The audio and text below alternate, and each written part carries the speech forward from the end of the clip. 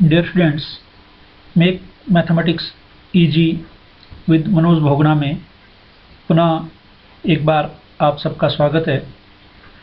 आज हम गणित की शाखा निर्देशांक ज्यामिति, जिसे हम कोऑर्डिनेट ज्योमेट्री के नाम से भी जानते हैं, की आधारभूत जानकारी प्राप्त करेंगे। संख्या रेखा पर किसी बिंदु की स्थिति का निर्धारण हम पढ़ चुके हैं, किंतु ऐसी अनेक स्थितियां होती हैं जिनमें एक बिंदु की स्थिति ज्ञात करने के लिए हमें एक से अधिक रेखाओं के संदर्भ में उनकी व्याख्या करनी होती है। संलग्न आकृति में हमें एक मानचित्र दिख रहा है, जिसमें कि एक मुख्य मार्ग है जो पूर्व से पश्चिम, या हम कह सकते हैं पश्चिम से पूर्वी की ओर जा रहा है, तथा इस पर कुछ सड़कें या गलियां हम कह सकते हैं बनी हुई हैं, जो पश्चिम से पूर्व की ओर दी गई हैं। पश्चिम से पूर्व की ओर बढ़ने पर मार्ग 1, 2, 3 जैसे कि हम यहाँ पर देख रहे हैं, वह प्रदर्शित किए गए हैं। और प्रत्येक सड़क या मार्ग पर कुछ मकान बने हैं, और उन मकानों पर संख्याएं जैसे कि हम यहाँ पर देख रहे हैं 1, 2, 3, 4, 5 प्रत्येक मार्ग पर संख्याएं अंकित कर दी गई हैं। अब यहाँ पर हम एक स्थिति पर विचार करते हैं कि यदि हमें किसी मकान की स्थिति पता करनी है, तो यदि हमें एक निर्देश बिंदु या तो हमें मार्ग संख्या या मकान संख्या ही दी गई हो, तो क्या हम आसानी से मकान की स्थिति पता कर सकते हैं? और यदि हमें दो जानकारियां, जिसमें हमें सड़क या मार्ग की संख्या और साथ साथ मकान की संख्या भी ज्ञात हो, तो क्या हमें मकान की स्थिति ज्ञात करने में अधिक सरलता नहीं होगी? निश्चित रूप से दूसरी स्थिति में, जबकि हमें दो जानकारियां दी गई होंगी, हमें मकान की स्थिति ज्ञात करने में सरलता होगी। एक अन्य उदाहरण में हम यहाँ पर किसी कक्षा की बैठक व्यवस्था पर विचार करते हैं, जिसमें प्रत्येक वर्ग एक छात्र की स्थिति को निरूपित करता है। यहाँ पर कक्षा में प्रत्येक छात्र की स्थिति का निर्धारण दो सूचनाओं की सहायता से किया जा सकता है।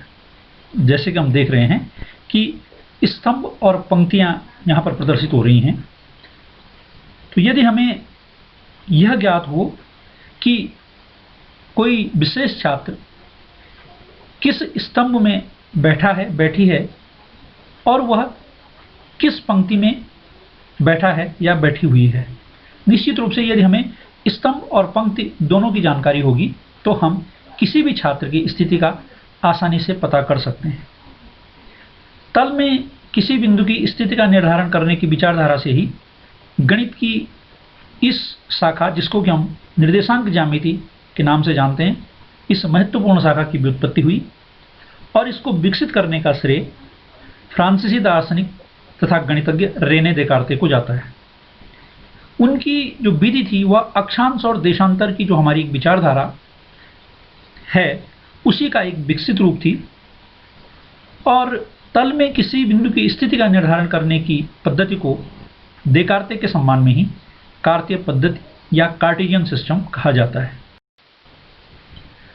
कार्तीय पद्धति की जानकारी प्राप्त करने से पूर्व हम संख्या रेखा पर विचार करते हैं, जिसका हम अध्ययन कर चुके हैं कि संख्या रेखा पर एक नियत बिंदु से इकाई दूरी पर दाईं तरफ धनात्मक और बाईं ओर ऋणात्मक दूरियां अंकित की जाती हैं। और वह बिंदु जिससे दूरियां अंकित की जाती हैं निर्देश बिंदु कहलाता है। जैसे हम यहाँ पर देख रहे हैं कि 0 से एक बिंदु को दिखाया गया है और उसके दाईं ओर धनात्मक दूरियां 1, 2, 3, 4 तथा बाईं ओर ऋणात्मक दूरियां ऋण 1, ऋण 2, ऋण 3, ऋण 4 इस तरह से प्रदर्शित हो रही हैं। यदि हम दो संख्या रेखाओं को, जिसमें हम एक संख्या रेखा को क्षैतिज और एक ऊर्ध्वाधर रूप में इस प्रकार संयोजित करें कि उनके निर्देश बिंदु एक दूसरे को प्रतिच्छेदित करें, तो क्षैतिज संख्या रेखा x अक्ष और ऊर्ध्वाधर संख्या रेखा y अक्ष के रूप में हमारे सम्मुख होती है, या इनको हम x अक्ष और y अक्ष कहते हैं, तथा वह प्रतिच्छेद बिंदु जिस पर दोनों के निर्देश बिंदु प्रतिच्छेदित करते हैं मूल बिंदु कहलाता है, और उसे हम O से व्यक्त करते हैं।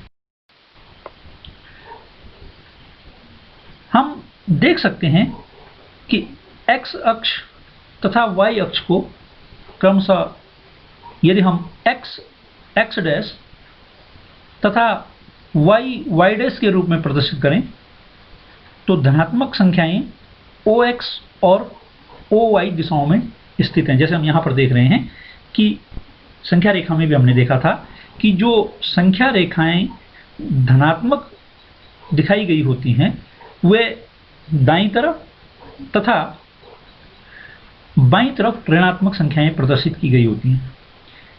यदि हम उसी संख्या रेखा को ऊर्ध्वाधर रूप में रख दे रहे हैं तो शून्य से ऊपर की तरफ धनात्मक संख्याएं तथा नीचे की तरफ ऋणात्मक संख्याओं को प्रदर्शित किया जा रहा है। इस प्रकार हम देख रहे हैं कि जो धनात्मक संख्याएं आ रही हैं वह OX तथा OY दिशाओं में स्थित हैं। इसीलिए OX को X अक्ष की तथा OY को Y अक्ष की धनात्मक दिशाएं कहा जाता है। इसी प्रकार चूंकि ऋणात्मक संख्याएं OX डैश और OY डैश दिशाओं में हैं तो OX डैश तथा OY डैश को क्रमशः X अक्ष तथा Y अक्ष की ऋणात्मक दिशाएं कहा जाता है। अब हम देख रहे हैं कि दोनों अक्ष X डैश और Y डैश तल को 4 भागों में विभाजित कर रहे हैं, और इन 4 भागों को हम चतुर्थांश या क्वाड्रेंट्स कहते हैं। यदि हम OX से वामावर्त दिशा में चलते हैं, यानी जिसको हम एंटी क्लॉकवाइज भी कह सकते हैं, तो हमें क्रमशः प्रथम, द्वितीय, तृतीय और चतुर्थ चतुर्थांश प्राप्त होते हैं, या इनको हम फर्स्ट, सेकंड, थर्ड और फोर्थ क्वाड्रेंट्स का नाम देते हैं।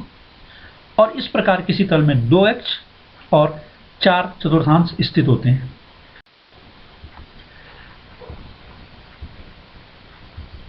किसी बिंदु की y अक्ष से लंबिक दूरी या लंबवत दूरी जिसको हम कहते हैं, किसी बिंदु का x निर्देशांक होती है, जिसे x अक्ष पर मापा जाता है।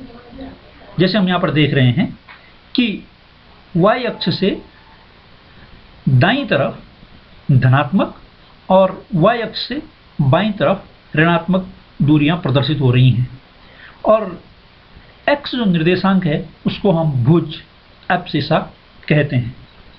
इसी प्रकार किसी बिंदु की x अक्ष से लंबिक दूरी उस बिंदु का y निर्देशांक होती है, और इसे हम y अक्ष पर मापते हैं, जो कि x अक्ष से ऊपर की ओर धनात्मक और नीचे की तरफ ऋणात्मक होती है। जैसे हम यहाँ पर देख रहे हैं, ये दूरी x अक्ष से ऊपर की ओर धनात्मक तथा नीचे की तरफ ऋणात्मक होती है, और y निर्देशांक को हम कोटि या ऑर्डिनेट कहते हैं। निर्देशांक तल में किसी बिंदु के निर्देशांक लिखते समय पहले x निर्देशांक तथा उसके बाद उसके y निर्देशांक लिखते हैं, और इनको हम कोष्ठक के अंदर लिखते हैं। जैसे हम यहाँ पर देख रहे हैं, प्रथम चतुर्थांश में दोनों निर्देशांक अर्थात x निर्देशांक और y निर्देशांक दोनों धनात्मक होंगे। द्वितीय चतुर्थांश में x निर्देशांक ऋणात्मक तथा y निर्देशांक धनात्मक होगा। तीसरे चतुर्थांश में x और y दोनों निर्देशांक ऋणात्मक होंगे, और चौथे चतुर्थांश में x चतुर्थांश धनात्मक तथा y चतुर्थांश x निर्देशांक धनात्मक तथा y निर्देशांक ऋणात्मक होगा। अब हम बिंदु O की स्थिति पर विचार करते हैं। क्योंकि इसकी दूरी दोनों अक्षों पर शून्य है, अर्थात इसके भुज और कोटि दोनों शून्य होंगे, अतः मूल बिंदु के जो निर्देशांक होते हैं 0, 0 होते हैं, अर्थात मूल बिंदु के भुज तथा कोटि दोनों शून्य होते हैं। x अक्ष का प्रत्येक बिंदु x अक्ष से शून्य दूरी पर है। जो बिंदु ठीक x अक्ष पर होते हैं इनका y निर्देशांक सदैव शून्य होता है, क्योंकि यह y अक्ष पर न तो ऊपर की तरफ होते हैं न नीचे की तरफ होते हैं। अतः x अक्ष पर स्थित प्रत्येक बिंदु के निर्देशांक x0 के रूप में होते हैं और यहाँ पर अलग अलग स्थितियों में x के अलग अलग अर्थात भुज का अलग अलग मान होगा, किंतु कोटि प्रत्येक स्थिति में शून्य होगी। जैसे कि हम यहाँ पर देख रहे हैं, यदि बिंदु x की धनात्मक दिशा में है तो उसके निर्देशांक x0 तथा यदि ऋणात्मक दिशा में है तो -x0 होंगे। इसी प्रकार y अक्ष का प्रत्येक बिंदु y अक्ष से शून्य दूरी पर है, इसलिए y अक्ष पर स्थित प्रत्येक बिंदु का x निर्देशांक सदैव शून्य ही होगा। अतः y अक्ष पर स्थित प्रत्येक बिंदु के निर्देशांक 0 y के रूप में होंगे, अर्थात इस स्थिति में भुज सदैव 0 होगा तथा y बिंदु की x अक्ष से दूरी होगी। जैसे हम देख रहे हैं, यदि बिंदु x अक्ष से ऊपर की ओर होगा तो इसके निर्देशांक 0y के रूप में, तथा यदि x अक्ष से नीचे होगा तो वह 0 ऋण y के रूप में होगा।